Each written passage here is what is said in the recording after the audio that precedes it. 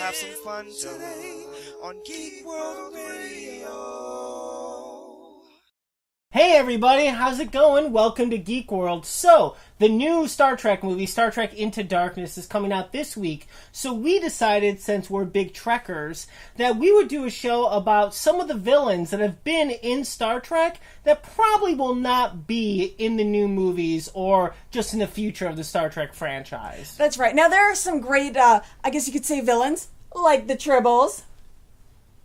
Yes. That we kind of do hope to that at least show up at some point. Yeah. But there are also plenty that, well, they should take a phaser blast and never be seen again. So true. So let's talk about the next generation villain, Kiva Fajo. Now, he's played by Saul Rubinek, and basically his evil plan was that he stole Data so he could be his toy. Yeah, he stole him to keep him in his, zoo of unique creatures. Data is a Starfleet officer. You do not steal Data. And you remember, Data wouldn't put on the clothes he wanted, and so he evaporated Data's clothes? It's not okay. That is not cool, Saul Rubinek. You don't steal Data's clothes. No. The only one that gets to take away Data's clothes is Tasha Yar. Aw, yeah. Good point, anime. Thank you.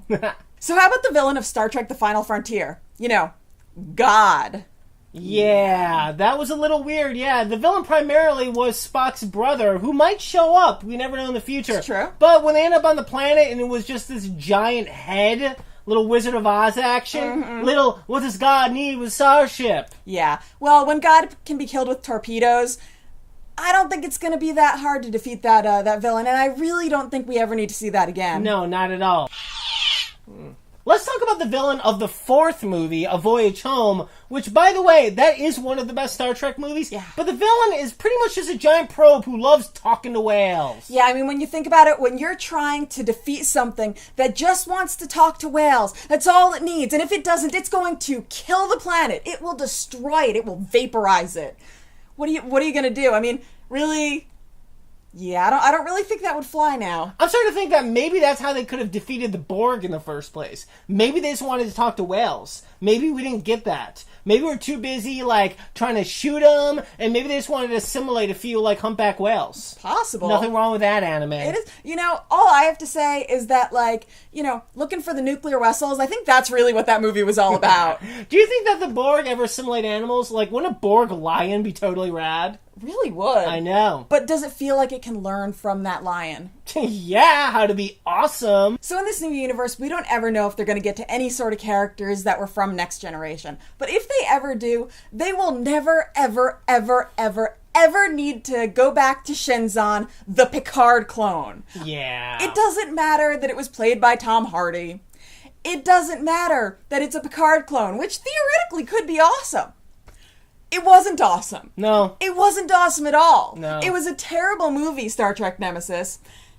And we don't ever need to see Shenzan again. No, it was a failed attempt at trying to do the whole, evil twin, trying to, do a new Khan. But you know what? Picard's Khan was the Borg anime. Mm-hmm. Okay? So Shenzan didn't work out so well. Yeah. What are you going to do? Yeah, it's so true. All right. Also, I have to say that probably the villains that we will never see again, now these are villains early from Star Trek The Next Generation, totally insidious beings, and I'm of course talking about those naked people that tried to kill Wesley Crusher for messing up their garden. Okay, he's just a little boy, okay? I'm sorry that he ruined your beautiful topiaries, but come on, he's just a little kid. Though, I mean, theoretically, I guess Wesley Crusher is actually the villain of that episode. Yes. Because, they had laws, they had rules, he didn't follow them. And though the episode is called Justice, they didn't really get their justice on him for breaking their laws. No, they just went ahead and broke all the Prime directives to save Wesley Crusher. I mean, theoretically, Wesley Crusher is the villain of that, as he sort of unintentionally was of multiple episodes. Now,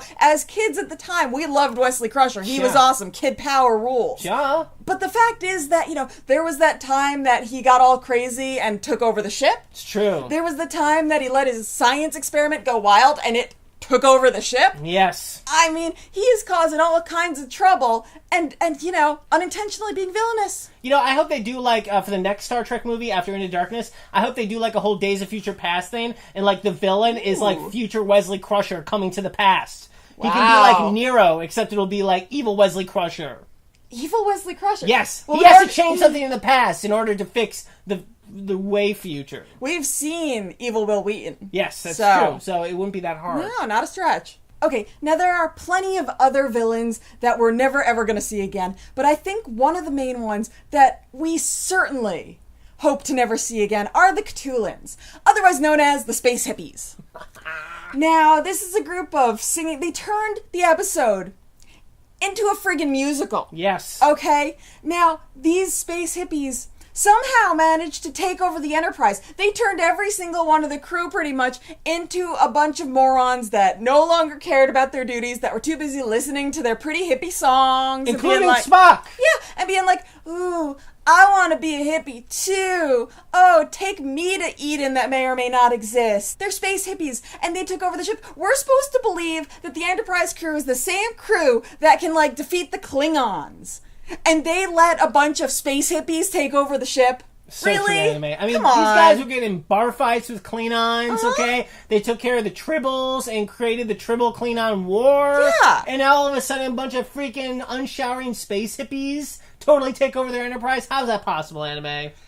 It's the power of music, anime. That's what Maybe. it is. It's totally the power of music. Yeah. All right, well, that's just a few of the villains from Star Trek that we will most likely not see as the movies continue. But you never know, anime. There could be some really cool ones. Never say never. Maybe we'll see the Borg someday. Right. Again, maybe we'll see the Horta. Maybe we'll see the Gorn. Yeah. Maybe we'll even see Q. You know, I would not mind any of those things, but space hippies? There's no place in this world for space hippies. No, not at all. Okay, guys, that's it for this week's show. Be sure to watch us next week. We'll be doing the same thing. If you want to listen to a radio show, we're on every week on Indie 100 and The Point. And if you want to get in touch with us, you can send us an email to geekworldradio@yahoo.com. And be sure to check out our website, geekworldradio.com. All right, anime. Beam us up, Scotty. This thing isn't working. Bye! Well, now it's time to loot with an non-stop day. It's safe to say we'll have some fun today on Geek World Radio.